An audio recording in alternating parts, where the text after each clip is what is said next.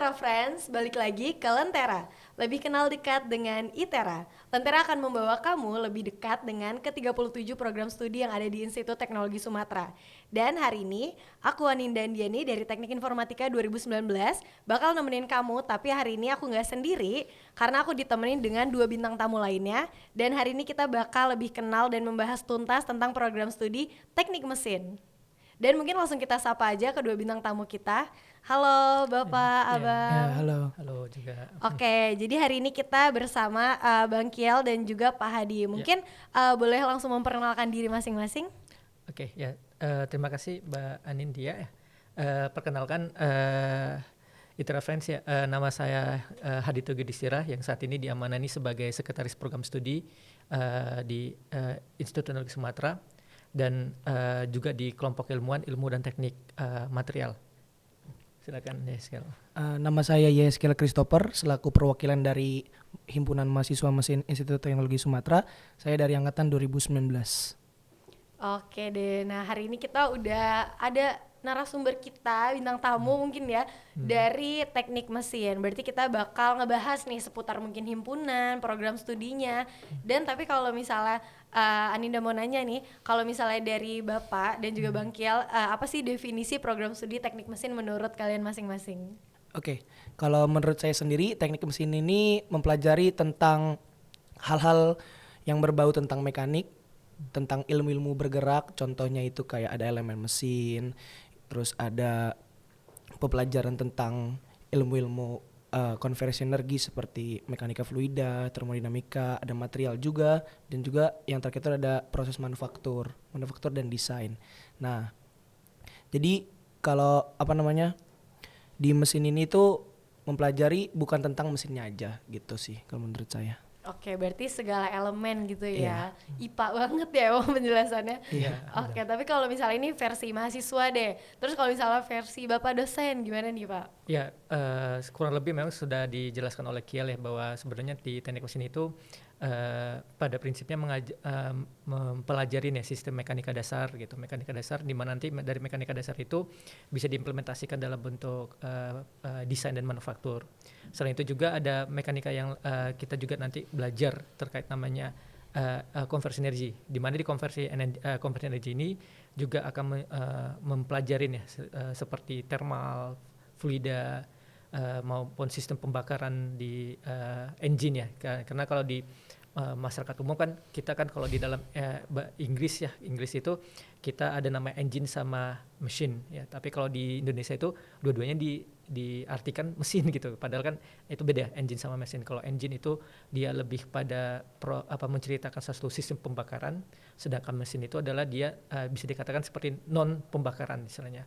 Nah, ruang lingkupnya juga agak berbeda. Kalau engine itu biasanya untuk memegang itu adalah orang-orang kelompok ilmuwan di bidang konversi energi, sedangkan yang mesin itu lebih dominan kepada orang desain dan manufaktur. Dan ada satu lagi bidang yang memang basic yang juga dipelajari di dalam teknik itu namanya itu ilmu material ya. Material di sini kalau kita bicara material kan selalu berhubungan berbicaranya ada istilah properties atau sifatnya.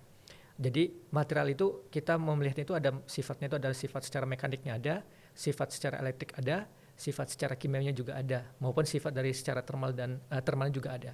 Nah, mungkin di dalam skop dari teknik mesin lebih dominan, walaupun memang hasilnya tidak membatasi, tapi yang didominan dibahas di dalam material itu banyaknya lebih kepada sifat mekaniknya maupun di thermalnya. Jadi tapi yang di thermalnya mungkin lebih banyak dominan di mata kuliah di konversi energi. Dan sedangkan di material itu lebih dominan kepada semekanikal. Nah, fungsinya apa? Jadi kalau misalnya kita tahu misalnya ada terjadi kecelakaan dan sebagainya, kadang-kala orang keahlian di teknik mesin itu juga turun gitu. Karena dia akan mempunyai bidang keilmuan, salah satunya adalah analysis failure gitu. Jadi dari suatu kecelakaan yang terjadi dilihat bagian part yang rusak itu apa, diperhatikan kenapa dia rusak, apa penyebabnya. Nah, itu biasanya akan memberikan rekomendasi, oke, sepertinya ini harus diperbaiki, atau mungkin untuk yang part ini sebetulnya umurnya sekian, seharusnya udah seumurnya misalnya 4 tahun harus diganti dan sebagainya. Nah itu jadi cukup banyak ya mengenai di program studi teknik mesin ini. Itu. Oke, berarti sebarannya juga luas banget ya Pak. Ya. Tadi yang pasti itu fisika, Ya. matematika, analisis juga gitu. Ya. Oh iya sama ini juga bingung kan kalau misalnya tadi ada manufaktur dan desain. Itu desain itu gimana tuh Pak? Desain mesin apakah harus bisa gambar atau gimana? Ya benar. Jadi sebenarnya ada mata kuliah namanya gambar teknik ya. Dan saya rasa mata kuliah gambar teknik ini merupakan mata kuliah basic engineering. Artinya hampir dominan beberapa prodi memiliki namanya mata kuliah gambar teknik ya. Jadi bukan hanya di teknik mesin. Nah memang di dalam desain ini nanti diharapkan nanti si lulusan dari teknik mesin itu setidaknya bisa melakukan menggambar setidaknya bagian-bagian terkait part di bagian mesinnya. Misalnya buat gear baru atau muat mungkin seperti strukturnya. So, misalnya kalau misalnya lihat ya kalau misalnya di kendaraan kan itu kan pasti ada strukturnya juga. Jadi mahasiswa juga diajari bagaimana cara membuat desain. Jadi membuat desain itu bukan hanya menggambar saja. Mungkin kalau misalnya orang teknik ya disuruh menggambar, mungkin gambarnya tidak semenarik orang-orang di kafe. Mungkin di kafe mungkin lebih menarik. Tapi yang membedakan antara kita itu setiap gambarnya itu selalu dianalisis. Misalnya bagian part ini, ini bagian yang kemungkinan akan mendapat misalnya tekanan yang lebih dominan. Artinya kita harus mencari, part ini perlu namanya material-material khusus yang supaya karena dia paling dominan mendapatkan suatu tekanan, dia menggunakan mungkin material-material yang mempunyai istilahnya kayak properti sifat mekanikal yang bagus seperti itu. Atau mungkin bagian tertentu berdasarkan tekanan partnya ini dia dekat dengan engine. Artinya kalau bisa kita buat engine kan pasti ada namanya panas kan. Berarti material ditentukan di sini ya memiliki material yang ketahanan panasnya cukup gitu. Dia jangan sampai titik lelehnya sama dengan panasnya si engine. Ya bisa-bisa nanti meleleh kan gitu. Jadi itu salah satu jadi desainnya itu mungkin bisa menggambar, tapi diharapkan nanti desain itu juga memperhatikan suatu sistemnya lebih kompleks, lebih analisisnya lebih kuatin juga seperti itu. Oke, berarti ini sambil gambar sambil ngebayangin ya Pak analisisnya. Iya, analisisnya gitu ya. juga. Oke deh, tapi ngomong-ngomong nih Pak, Bapak kan juga dosen di sini. Kalau misalnya boleh tahu sedikit gitu, kira-kira dari teknik mesin ini itu tuh sejarahnya tuh di ITERA tuh karena apa sih awalnya dan mungkin tahun berapa tuh Pak adanya? Ya, jadi mesin itu kebetulan saya pertama kali ya datang di ITERA itu di bulan Agustus kalau tidak salah, Agustus 2016. Jadi pada saat itu program studi teknik mesin masih belum berdiri.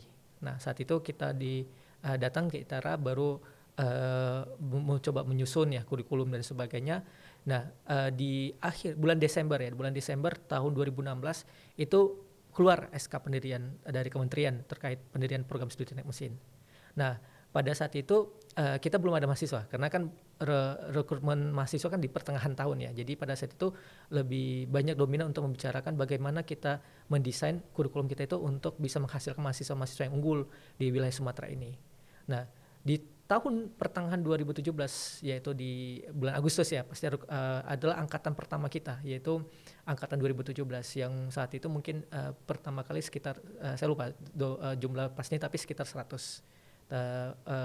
Dan total sekarang ini dengan sudah sampai 2022 artinya sudah 5 tahun lebih ya teknik mesin ini kita total mahasiswa itu sampai 400-an mahasiswa sekarang totalnya dari angkatan tingkat pertama sampai tingkat keempat. Tepatnya itu mungkin 450, jadi cukup banyak ya saat ini. Nah tapi di angkatan 2017 merupakan mahasiswa pertama kali kami dan itu saat itu ini merupakan mahasiswa istilahnya kami anggap itu adalah mahasiswa yang bermental ya. Kenapa? Karena istilahnya kalau mahasiswa kan gini, kalau ada ujian ini mau nanya kakak senior ya soalnya gimana. Pada saat itu mereka ada ujian mau nanya ke siapa gitu gak ada. Nah makanya saya anggap mereka ini adalah angkatan pertama yang betul-betul mempunyai mental yang kuat. Kenapa? Karena nggak ada yang mau diatanyain kan. Dia mereka angkatan tua dan mereka mempunyai tanggung jawab besar. Kenapa? Karena mereka sudah lulus pasti mereka bertanggung jawab bagaimana mengajari adik-adiknya dengan baik. Nah jadi itu dulu ya jadi 2017 dan alhamdulillah di angkatan 2017 itu sudah hampir ya 70-80% yang sudah lulus. Dan ada yang memang 20% karena memang tugas akhirnya mungkin lebih kompleks ya. atau memang banyak tantangan di dalam tugas akhirnya. Akan tetapi kita targetkan angkatan 2017 ini bisa lulus di dalam tahun-tahun ini juga gitu. Nah di angkatan 2017 ini juga sudah lulus tahun kemarin lah lulusan perdana kita di tahun 2021 ya 2021. Dan saat ini juga alumninya sudah banyak beberapa sudah bekerja gitu. Salah satunya ada di daerah Kota Agung kan ada perusahaan namanya Tanggamus Electric Power, juga ada yang di Honda, juga ada dan beberapa perusahaan alumni kita, dan bahkan ada saya lupa di salah satu di daerah Palembang juga ada bekerja di salah satu perusahaan di sana, alumni kita juga ada. Jadi selain itu juga ada yang sekarang ini memang bukan fokus ke kerja dia, tapi lebih fokus untuk mencari lanjut kuliah. Nah ini saya tidaknya itu kemarin itu ada menghadap ke saya itu ada 3 orang lebih kayaknya itu minta rekomendasi, dan saya selalu encourage kepada mahasiswa-mahasiswa ya selain lanjut kuliah ya mereka bisa langsung segera untuk kerja, karena setiap orang itu pasti ada sesuai dengan profil lulusan kita juga kan, jadi tidak semuanya kita arahkan menjadi engineering gitu. Pasti ada yang mungkin jadi seorang peneliti gitu, jadi maka di kita juga kalian dosen di teknik mesin itu juga beragam-beragam. Ada yang memang spesialisasi untuk yang masalah masalah teknis industri gitu. Ada yang mungkin ini lebih kepada concern kepada masalah ke concern penelitian. Jadi kita beragam juga. Jadi kadangkala mahasiswa itu juga interestnya itu beragam juga. Jadi kita menyiapkan itu sesuai dengan interest mereka juga seperti itu. Oke, berarti nanti di dalamnya juga terbagi-bagi lagi gitu ya Pak? Ya sebenarnya treatment awalnya sama, tapi pas di akhirnya mungkin mereka ngambil tugas akhirnya mungkin dominan yang mana gitu seperti itu. Oke. Dan mungkin berarti tadi kan itu tahun ini udah ada Lulusan. 1 tahun jurusan berarti. Udah tahun pertama. Di angkatan pertama 2017 yang tuh. udah lulusan. Oke, berarti 2018 belum kan? Belum, ya, Pak? ini lagi ngambil 2008. Oh, dia 2019 ya, Kiel saya lupa di Tapi Kiel ini. kalau Bang Kiel sendiri di angkatan 2019 itu berapa tuh? Seangkatan kira-kira udah berapa sekarang? Sekarang totalnya tuh 81. Oh, 81-an. Kalau misalnya yang mahasiswa barunya berarti penerimaan yang kemarin terakhir itu di tahun 2021 itu udah sekitar berapa tuh? Di atas 100 120 kan. 120 kalau nggak salah. Di atas. Oke, udah banyak banget ya Pak. Berarti benar. lulusannya udah banyak, terus juga mahasiswanya udah banyak. Tapi kalau misalnya boleh tahu akreditasi udah apa nih teknik mesin ITERA? Ya, saat ini memang akreditasi kita masih C ya, C baru, dan kita berencana mau reakreditasi untuk di akhir tahun ini untuk kita persiapkan akreditasinya.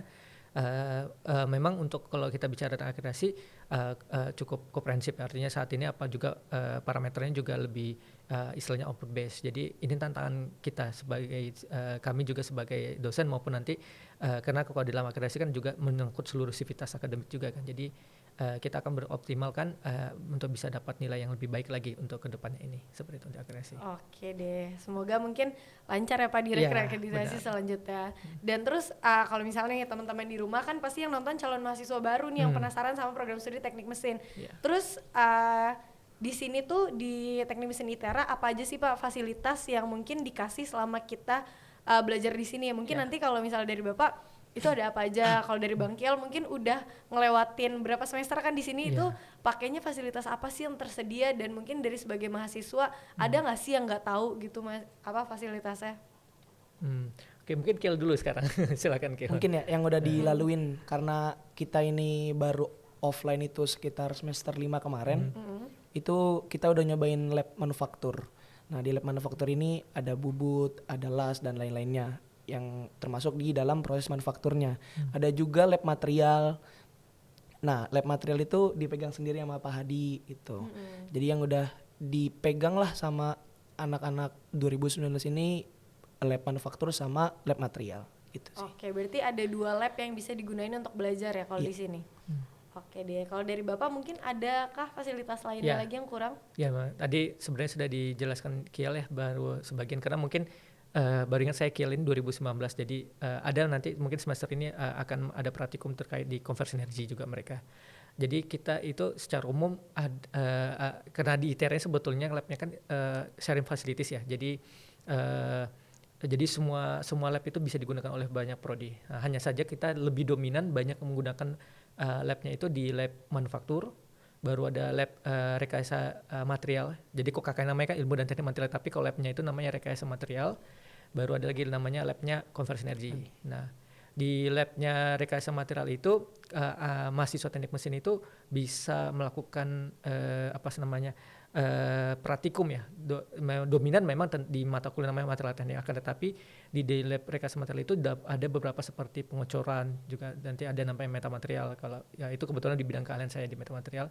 Jadi di labnya kebetulan saya tadi sesuai di Kiel, kebetulan saya di lab rekayasa material. Di lab rekayasa material itu ada uji tarik gitu, mesin uji tarik, uji kekerasan, ada mikroskop optik ya. Selain itu juga kita ada selain bisa digunakan untuk praktikum dan juga riset, dan kita juga ada untuk riset ya, alat riset juga di labnya rekayasa material. Kebetulan itu dari dana-dana penelitian sudah ada kita dapat. Salah satunya yang kita lagi setup itu adalah namanya microwave measurement system. Jadi ini lebih kepada membuat material melihat di sifat materialnya, terutama di gelombang di spektrum namanya microwave. Jadi ya itu panjang lah nanti ceritanya. Nah itu juga kita baru sudah setup ya, namanya microwave measurement system. Juga ada dosen yang lain juga lagi men-setup seperti sistem pengecoran. Jadi kalau kita kena sepeda kan itu kan ada logam-logam ya.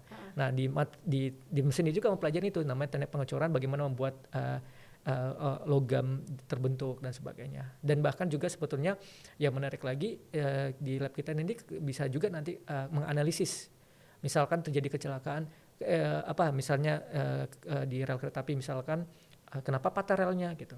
Nah kebetulan di teknik mesin juga ada dosen yang ahli dalam analisis failure itu, jadi namanya Pak Eko Pucilianto ya. Jadi beberapa kali beliau berusaha untuk menganalisis, misalnya ada suatu material yang gagal gitu, dicek propertiesnya apa yang masalah dan sebagainya. Jadi itu.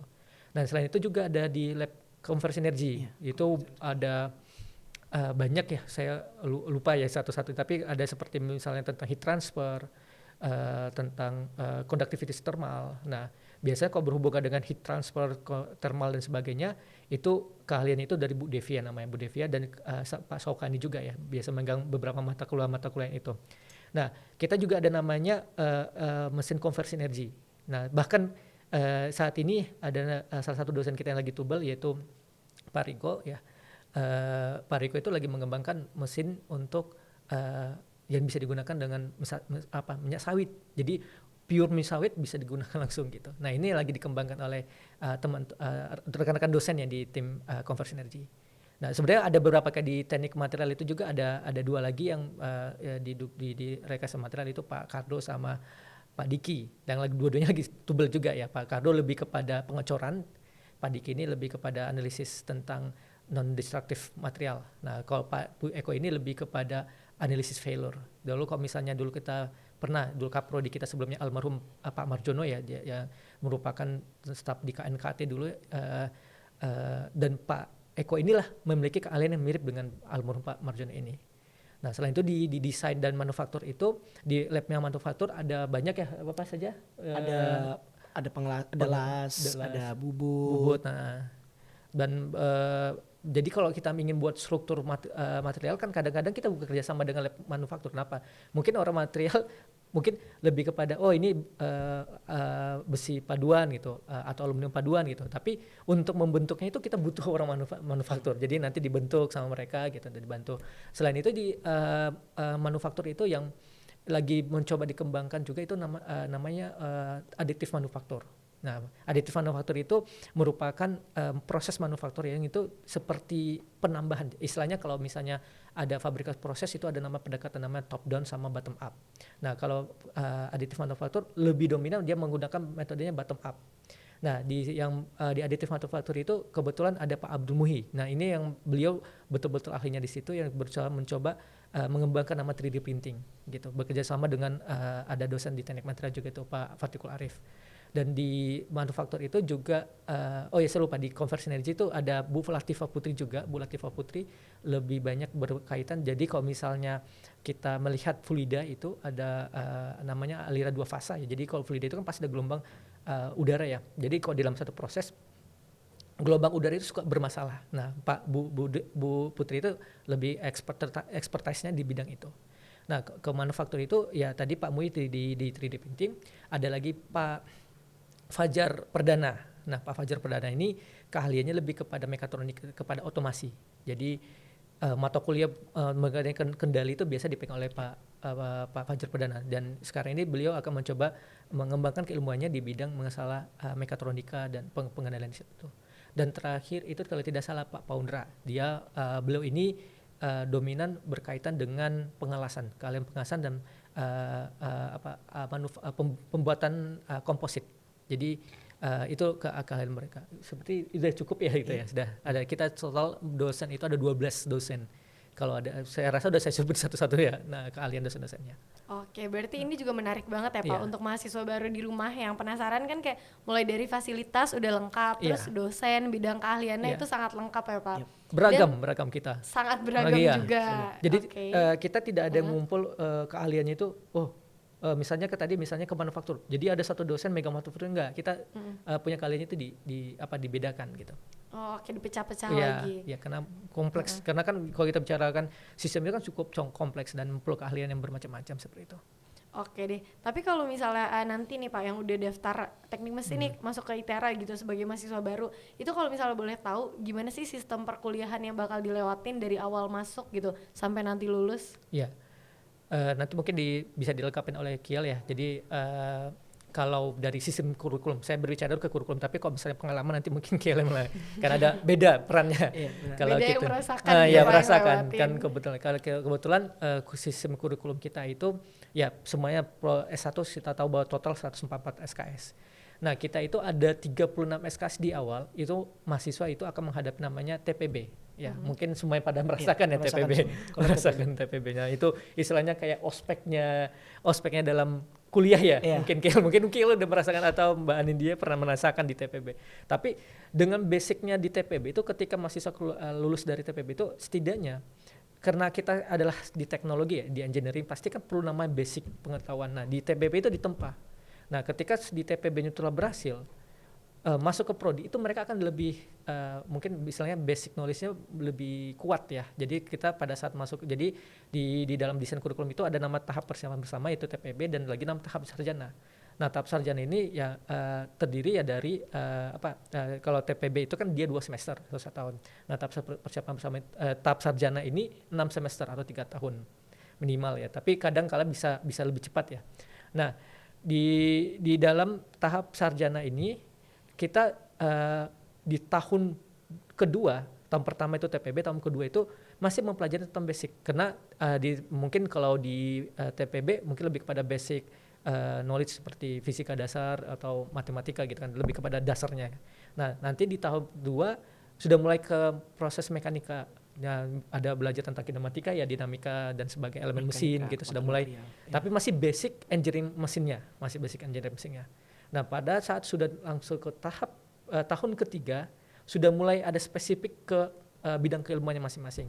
Sudah ada membahas tentang atau konversi energi maksud saya, fluida, baru sudah mulai membahas tentang proses manufaktur.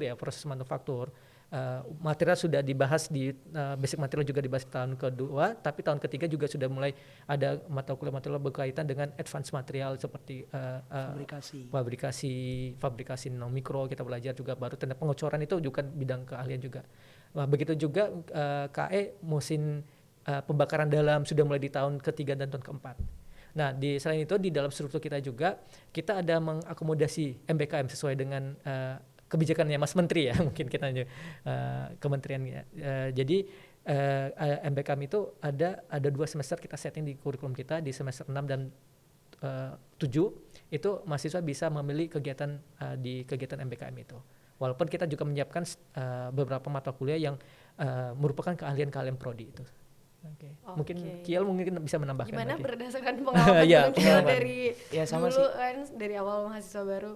Sama sih kayak tadi dijelasin sama Pak Adi. Jadi kalau kita ini kan gabungan dari SMA sama SMK kebanyakan kan. Benar. Jadi di TPB itu kita disamaratakan tentang pengetahuan dasar, perhitungan dasar kayak fisika dasar, matematika dasar. Nah, di tahun kedua itu kita ditempa lagi buat jadi dasarnya si mesin ini. Contohnya itu Kalau di tahun kedua itu di semester 3 itu ada MKM dan lain-lainnya. Nah, MKM ini analisis struktur gitu. Nah, masuk ke semester 4 dan semester 5 itu udah kayak lanjutan-lanjutan. Jadi ada proses manufaktur, ada elemen mesin, ada kinematika, ada dinamika gitu sih. Oke, kayaknya ini dari tadi susah banget gitu ya kan, dengar pelajarannya di tempat terus di tempat dari TPB ya kan. Mungkin namanya susah, tapi kalau kita masuk ya, kalau misalnya dipelajarin dengan benar ya mudah-mudahan nggak susah sih gitu. Oke, tapi kalau misalnya dari Bang Kiel sendiri nih ya, udah sekarang sampai semester 6, itu kira-kira, ngomong-ngomong Bang Kiel juga himpunan kan ya? Iya. Oke, dan itu dari kegiatan himpunan ada nggak sih misalnya tutor dari cutting atau gimana untuk ngajarin? Oh, kalau dari himpunan ada kok. Misalnya ngajar anak 2019, ngajar 2020 itu ada setiap sebelum UTS atau sebelum UAS. Nah, kita juga ngelaksanain tutor sebaya. Jadi teman seangkatan kita ngajarin juga seangkatannya ini. Misalnya saya ngajarin angkatan saya buat satu mata kuliah dan teman saya yang lain juga gitu melakukan hal yang sama gitu. Oke deh, tapi kalau misalnya di himpunan mahasiswa mesin sendiri, itu tuh ada kegiatan lain nggak selain selain tutor gitu? Kegiatan-kegiatan lain tuh banyak. Misalnya kan kita banyak divisi dan departemen-departemennya. Jadi kalau di departemen saya sendiri atau divisi saya sendiri ini, saya di bidang iptek. Nah, kita ini kayak tadi yang dibahas ada tutor. Terus kalau kita ada bikin mobil-mobil go-kart dan lain-lain, dan hal-hal yang bersangkutan dengan ilmu teknologi lah. Nah, selain itu juga ada misalnya kaderisasi, ada juga pengabdian masyarakat, kita langsung terjun ke masyarakat. Kayak contohnya kalau misalnya waktu puasa itu kita ada sahur on the road, kita ada bagi-bagi takjil dan lain-lain gitu. Nah, di himpunan kita ini banyak juga ngelakuin menimpa aspirasi dan lain-lain, menerima aspirasi, atau kita menyalurkan bakat-bakat yang anggota-anggota himpunan ini punya. Kayak misalnya kalau di departemen ini saya ini ada 2. Jadi ada yang akademik dan non akademik. Nah, kalau akademik ini kita yang megang, dan non akademiknya yang satu lagi, divisi Siwa namanya. Nah, Siwa ini ya dialah yang menerima aspirasi atau dia yang menampung segala macam kayak tentang seni, tentang olahraga dan lain-lain. Jadi kita ini sudah dibagi-bagi sesuai dengan visi misi masing-masing gitu. Jadi semuanya ada kegunaannya masing-masing, setiap departemen dan setiap divisi-divisinya. Gitu. Oke deh, tapi kalau misalnya teman-teman yang baru masuk nih, angkatan baru nanti 2022 gitu, itu kalau misalnya mau masuk ke dalam himpunan gimana? Apakah langsung udah masuk aja atau ada melewati tahap-tahap apa? Oh, tentu aja. Jadi kan kalau di ITERA ini kan kita tahun pertama masih dipegang sama kampus kan. Nah, nanti baru tahun kedua itu dipegang sama himpunan. Nah, untuk masuk ke himpunan ini juga ada seleksi-seleksinya yang berjangka dari 8 sampai 10 bulan atau mungkin bisa lebih atau disesuaikan gitu.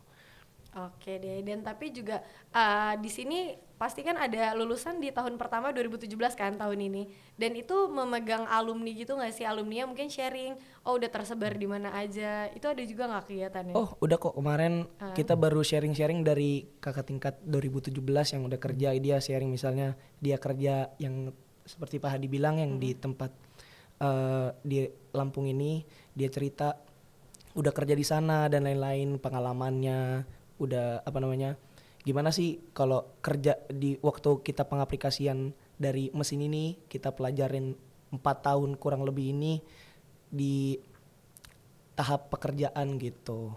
Udah banyak sharing-sharing kayak gitu. Oke, berarti banyak banget manfaatnya kalau misalnya kamu mahasiswa baru kan untuk ikut ke himpunan, itu juga banyak sharing, terus ada tadi tutor gitu kan, ada kegiatan-kegiatan lainnya biar mungkin nggak kuliah terus ya kan. Benar. Yeah. Dan tapi kalau misalnya tadi udah sharing-sharing juga gitu kan tentang lulusan kerja di mana, tapi kalau misalnya dari Pak Hadi sendiri gitu Pak, emang dari teknik mesin ini bisa jadi apa aja sih Pak lulusannya? Oh ya, lulusannya. Ya, jadi tadi sudah sebelumnya ada yang kelupaan saya tadi itu. Jadi ada satu koordinator program studi kita itu adalah Pak Iwayan Sueca ya. Saya belum memperkenalkan. Beliau adalah dosen di ITB dan keahlian beliau itu mengenai desain di ITB-nya, jadi desain manufaktur. Selain itu juga kita ada Pak Indra Riyatsa. Nah, Pak Indra Riyatsa ini juga mempunyai keahlian yang hampir mirip dengan Pak Riko ya. Tapi Pak Indriasa itu lebih kepada pengolahan dari bahan bakarnya itu. Nah, dari terkait bagaimana profil lulusannya itu, kita memang men-setting di kurikulum kita itu, kita mengarahkan agar mahasiswa kita itu bisa seperti menjadi seorang profesional engineering sebagai di bidang apapun ya. Kadang kalau kita di dalam industri pasti mereka akan membutuhkan, industri itu pasti membutuhkan namanya mechanical engineering. Setidaknya apa? Di dalam industri pasti ada namanya mesin mekanik atau maupun engine sistemnya juga. Selain itu juga kita men-setting juga di dalam profil kurikulum kita itu menjadi seorang peneliti ya. Jadi karena ya sesuai katakan, jadi ada beberapa memang karakter di dosen kita itu memang ada yang lebih dominan ke peneliti gitu. Bahkan ada juga yang kita arahkan menjadi seorang pengusaha. Jadi dalam kurikulum kita itu ada men-setting agar lulusan itu menjadi seorang technopreneur. Jadi ini setting, jadi selain mereka mengenai pengetahuan tentang basic engineering, tapi mereka juga ada pengetahuan sedikit tentang entrepreneur dan technopreneur dan manajemen seperti itu. Oke, berarti banyak banget arahnya Ya, juga gitu ya. benar. Kalau lulus mau jadi apa nggak perlu bingung gitu ya, karena Ya, banyak benar. banget. Terus juga kan ini kita tadi udah bahas tentang himpunan, terus juga udah tahu apalah fasilitas-fasilitas, terus penjelasan sistem perkuliahan gitu ya Pak. Dan kalau misalnya kadang kan aku nih sebagai mahasiswa yang beda prodi gitu, Yeah. kan suka denger nih beberapa fakta atau mitos tentang program studi teknik mesin. Nah mungkin di sini aku bakal ngasih 3 fakta atau mitos tentang program studi teknik mesin, dan Bapak sama Bang Kiel mungkin bisa jawab barengan gitu ya. Ini fakta atau mitos, oke? Oke. Oke. Oke, yang sering didengar itu teman-teman biasanya kalau tentang teknik mesin. Yang pertama, apakah teknik mesin ini jurusannya untuk cowok aja? Mitos. Oke, mitos, berarti cewek juga bisa ya, nggak perlu Ya. takut. Oke, terus yang kedua, karena mungkin sebagian besar, kebanyakan cowok gitu ya, apakah mahasiswa di teknik mesin ini sulit untuk bersosialisasi keluar? Mitos. Oke, mitos. Ternyata Iya. ini mitos lagi teman-teman. Dan yang terakhir itu apakah pelajarannya atau yang berbau dengan teknik mesin itu selalu berhubungan dengan yang dibayangkan orang itu adalah mesin mobil? Oh, Iya, mitos. Mitos. Iya. Oke, ternyata berarti itu salah ya Pak Iya. ya. Oke, bukan cuma mesin mobil Iya. aja. Ternyata semuanya itu aspeknya banyak banget. Benar sekali. Dan kalau misalnya di sini teman-teman yang pengen daftar udah tahu nih semua informasi itu apa sih Pak? Dan juga dari Bang Kiel juga boleh ngasih pesan-pesan untuk teman-teman di rumah sebelum memilih program studi ini. Mungkin Kiel dulu nih. Buat masuk prodi nih ya. Jadi kalau menurut saya pilihlah prodi yang atau jurusan yang pengen banget gitu. Jadi ketika kita ngejalaninnya nih sepenuh hati, nggak setengah-setengah. Kayak misalnya kalau emang mau mesin, ya udah. Jadi dari awal sebelum masuk udah dianalisis nih kira-kira apa aja sih yang mau dipelajarin di mesin ini, lulusannya mau jadi apa, nanti kerjanya gimana, nanti kalau misal di dalam saat perkuliahan ini sikapnya harus gimana, atau sama kalau mau masuk prodi lain juga begitu gitu. Jadi persiapkan diri dari awal sampai kalau benar-benar yakin, wah nih saya mesin banget nih gitu. Jadi gitu sih. Biar nggak ada istilah salah jurusan. Iya benar, itu kan sering banget kan dengar salah jurusan nih, salah jurusan gitu. Oke, dia berarti harus totalitas kalau udah masuk teknik mesin. Kalau misal dari Bapak sendiri apa nih Pak pesannya?